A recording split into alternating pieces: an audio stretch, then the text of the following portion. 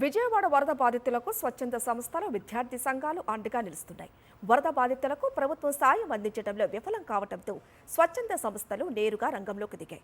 SFI, DYFI, CPM ఆధ్వర్యంలో వరద బాధితులకు ఆహారం అందజేశారు.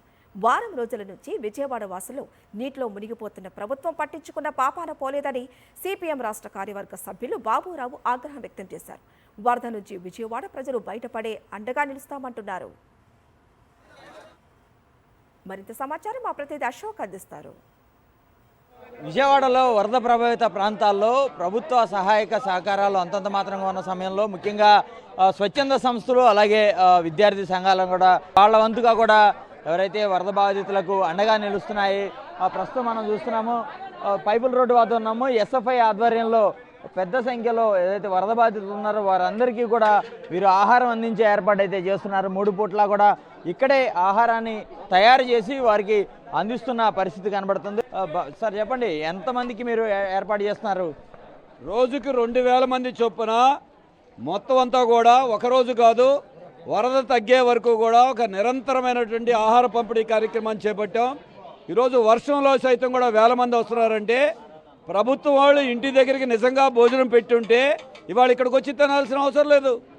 మరి ఇంతమందికి ఆఖరికి ప్రభుత్వ సేవలు అందించేటువంటి ఎస్డిఆర్ఎఫ్ వాళ్ళు కానీ పారిశుద్ధ్య సిబ్బందికి కూడా వాళ్ళకు కూడా ఆహారం దొరకట్లా. వాళ్ళకు కూడా ఇక్కడే ఆహారం సప్లై చేస్తూ ఉన్నాం. వేడి వేడి ఆహారం. రెండోది ఒక పూట కాదు, కంటిన్యూగా ఎంతమంది వస్తే అంతమంది పెడుతున్నారు. ఈ పని ప్రభుత్వం ఎందుకు చేయలేదు? ఇంటింటికి మారుమూల ప్రాంతాలకి మేము హెలికాప్టర్లో బస్తాలు ఇస్తున్నాం. హెలికాప్టర్లో కాదు, కింద ఉన్నటువంటి వాడికి ఆహారం అందించాలి. వారం రోజుల నుండి వైట్ రైస్ అనే మొహం చూడ పాచిపోయిన బిర్యానీలు ఇచ్చారు. రెండోది నాణ్యత లేనటువంటిది ఇచ్చారు. అందుకనే ఇవాళ వర్షంలో సైతం కూడా నిన్న నుంచి జరుగుతూనే ఉంది. వేల సంఖ్యలో జనం వస్తున్నారు. సిబ్బంది కూడా పోలీసుతో సహా కూడా ఇక్కడ చేస్తున్నారు. తేడా లేదు. అంటే ప్రభుత్వం ఆహారాన్ని ప్రజలకు అందించడంలో ఘోరంగా విఫలమైంది. కింద ఇంటికైతే మంచినీళ్ళు లేవు, ఆఖరికి వాళ్ళకి తాగటానికి ఆహారం లేదు, తినటానికి మంచినీళ్ళు కానీ ఏ రకమైన సౌకర్యం లేదు. ప్రభుత్వం చెప్పే లెక్కలన్నీ లెక్కల్లో కనబడతా ఉన్నాయి. క్షేత్రస్థాయిలో ఏది కనపడలేదు. ఎవరిని అడిగించినా 1,00,000 నుండి 10 లక్షల రూపాయల ఆస్తి నష్టం జరిగింది. ఇంట్లో ఏమీ కూడా మిగిలినటువంటి పరిస్థితి లేదు. పైన రోడ్డు మీద మేము బియ్యం ఇస్తున్నాం అని వాహనాలు రెడీగా పెట్టాను నుంచి ఇక్కడికి ఒక్కడి జారలా ఇంతవరకు.